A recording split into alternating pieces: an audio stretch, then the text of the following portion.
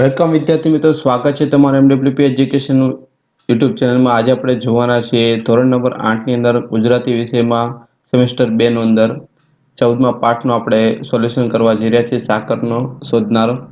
તો આજના વિડીયો લેક્ચરમાં તમે પ્રથમ વખત અમારી ચેનલ તમે જોઈ રહ્યા તો ચેનલ તમે સબસ્ક્રાઇબ કરો, જેથી તમને વિડીયો લેક્ચર સમયસર મળતા રહે। તેમજ વિડીયોના અંતની અંદર તમે આજનો વિડીયો લેક્ચર તમને કેવો લાગ્યો છે તે કોમેન્ટમાં અવશ્ય જણાવશો। તો પ્રશ્ન નંબર 1ની વાત કરીએ, જેમાં વિકલ્પો છે। એમાં પહેલું છે એકાંકી નાટક એટલે શું? તો એક અંક હોય તેને એકાંકી નાટક કહેવાય। બીજું, અંજન શેના વડે ડાઘા સાફ કરે છે? તો કે બ્લોટિંગ। અંજન કિનારીના 17 સત્તા કેટલા 100 થાય નો 100 જવાબ આપે છે? તો 1900।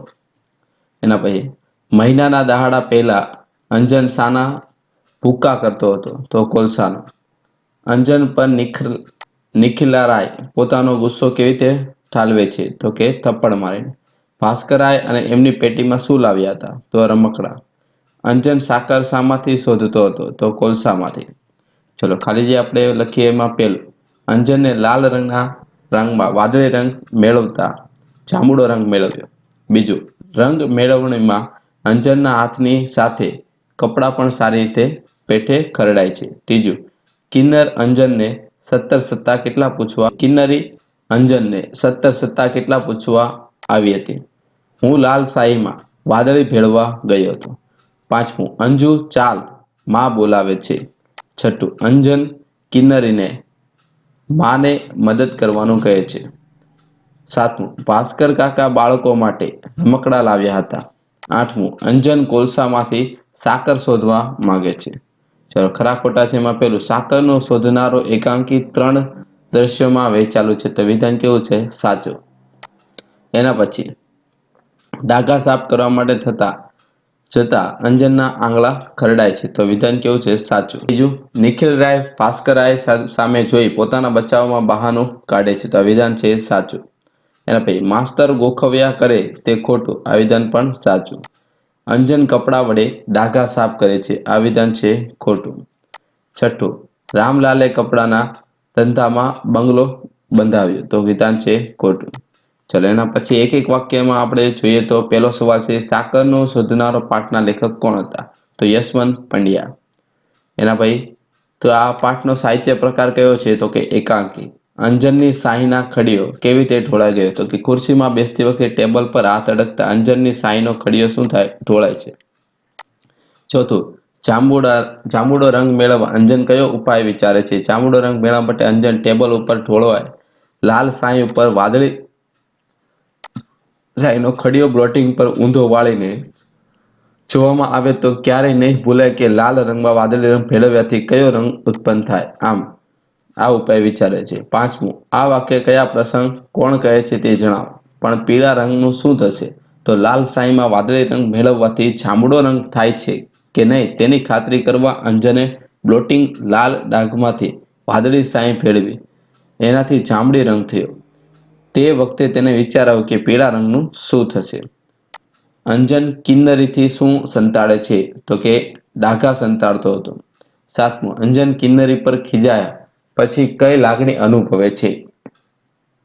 તો અંજન કિન્નરી પર ખીજાયા પછી બહેને દુભાવ્યાની લાગણી અનુભવી છે। એના પછી એના પિતાનું નામ શું છે? તો કે નિખિલ રાય। અંજનના હાથ અને કપડા વિશે નિખિલ રાયને કોણ જણાવે છે? કે અંજનના હાથ અને કપડા વિશે નિખિલ રાયને કિન્નરી જણાવે છે। એના પછી, અંજન કેમ ઢીલોઢસ થઈ જાય છે? તો કે નિખિલ રાયને ગુસ્સો ઉભરાતા તે અંજનને થપ્પડ છોડી દે છે, આથી અંજન ઢીલોઢસ થઈ જાય છે। એના પછી 11મું, નિખિલ રાયના મતે અંજનને કોણે બગાડ્યો? તો કે અંજન તેની માતાએ બગાડ્યો। અંજન ટેબલના ખાનામાંથી કઈ કઈ વસ્તુઓ કાઢીને નિખિલ રાયને સોંપે છે?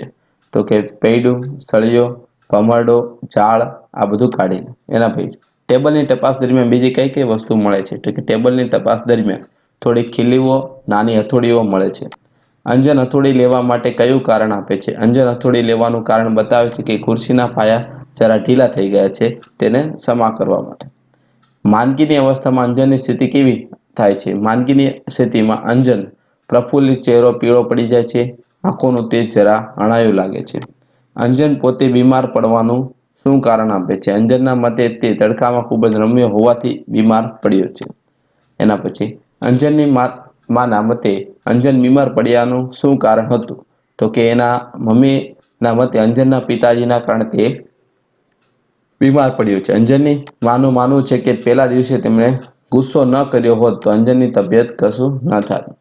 18મું અંજન બીમાર પડ્યો એમાં કિન્નરીને પોતાનો વાંક કેમ લાગે છે? તો કે અંજન માંદો પડ્યો તેમાં કિન્નરીને પોતાનો વાંક લાગે કારણ કે કિન્નરી એ અંજનને પજવ્યો ન હોત તો તેના બાપુને કંઈ ખબર પડી નહીં અને તે અંજનને લડત નહીં. એના પછી અંજન પોતાની માંદગી માટે કોને દોષિત ગણે છે? તો કે તે પોતાની માંદગી માટે તે તડકામાં ખૂબ જ રમ્યો હોવાથી બીમાર પડ્યો છે.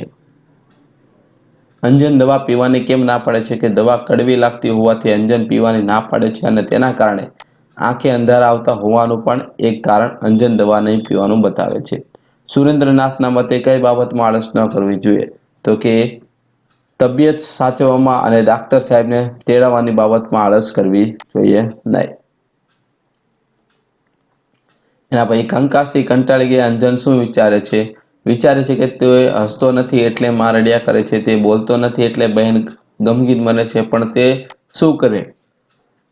તેનો આનંદ જારી ગયો, જાણે ચેતન જ જતું રહ્યું. અંજનનો ચહેરો કેમ ઉતરી ગયો? ભાસ્કર કાકા એમની પેટીમાં એટલા રમકડા લઈ આવ્યા કે રાત દિવસ રમ્યા જ કર્યા. કિન્નરી આ શબ્દો સાંભળીને અંજનનો ચહેરો ઉતરી ગયો, કારણ કે તેના બાપુએ તેને રમવાની મનાઈ કરી છે. ભાસ્કર કાકા માને શું કહેતા હતા? ભાસ્કર કાકા માને કહેતા હતા કે બાપુને કહી દેવાના છે કે આપણે કદી વઢે નહીં, મારે નહીં, બસ રમવા જ દે. એના પછી અંજન કિન્નરીને કેમ બાજી પડે છે? ભાસ્કરાય નિખિલરાયને કહેવાના છે કે તેઓ અંજનને અને કિન્નરીને વઢે નહીં પણ રમવા દે અને કિન્નરી આ શબ્દ સાંભળી અંજન આનંદમાં આવી જાય છે. ભાસ્કરાયના મતે અંજનને શેનો તાવ આવ્યો હતો? તો કે નિખિલરાયના બીકનો તાવ આવ્યો હતો. અંજન ઉમંગથી કેમ ઉછળી પડે છે? કે નિખિલરાય અંજનને રમકડે રમવાની પરવાનગી આપે તેથી અંજન ઉમંગથી ઉછળી પડે છે.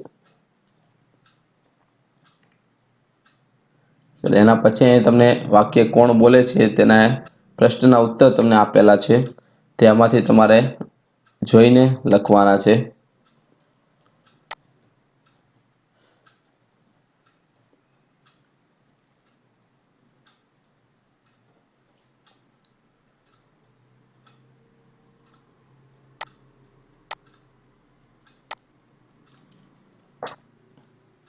એના પછીનો પ્રશ્ન તમને સમાનાર્થી શબ્દ આપેલા છે. અહીંયા 21 શબ્દ તમને પૂછેલા છે, તો દરેક વિદ્યાર્થી આમાંથી જોઈ તેનો પ્રશ્નનો ઉત્તર લખી શકે છે.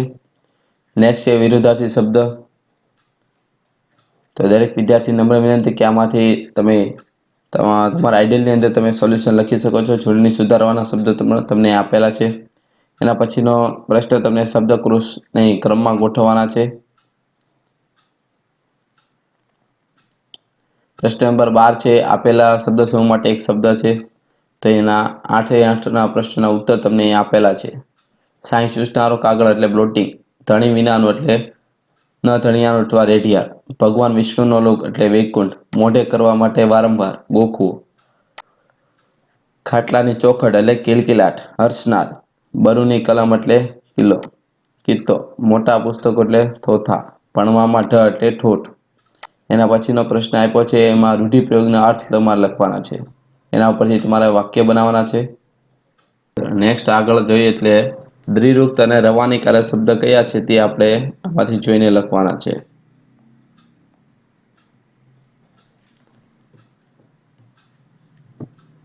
નેક્સ્ટ સમાસ આપણે ઓળખાવાનો છે, કયો સમાસ છે તે. એના પછીનો પ્રશ્ન તમને આપેલો છે, કયા વાક્ય છે? સાદો વાક્ય, સંયુક્ત વાક્ય, સંકુલ વાક્ય. તો વિદ્યાર્થી મિત્રો, આ હતું આજનું પાઠનું સોલ્યુશન. હવે નેક્સ્ટ વિડીયો લેક્ચરમાં આપણે બીજા કોઈ પાઠનું સોલ્યુશન જોવાના છે, તો તેના માટે તમે ચેનલ તમારે સબસ્ક્રાઇબ કરવી પડશે, જેથી તમને વિડીયો લેક્ચર સમયસર મળતો રહે. અને આજનો વિડીયો લેક્ચર તમને કેવો લાગ્યો છે તે કોમેન્ટમાં અવશ્ય જણાવશો અને તમારા ફ્રેન્ડ સર્કલમાં લિંકને અવશ્ય શેર કરવાનું ભૂલશો નહીં. Thank you. જય હિન્દ, જય ભારત.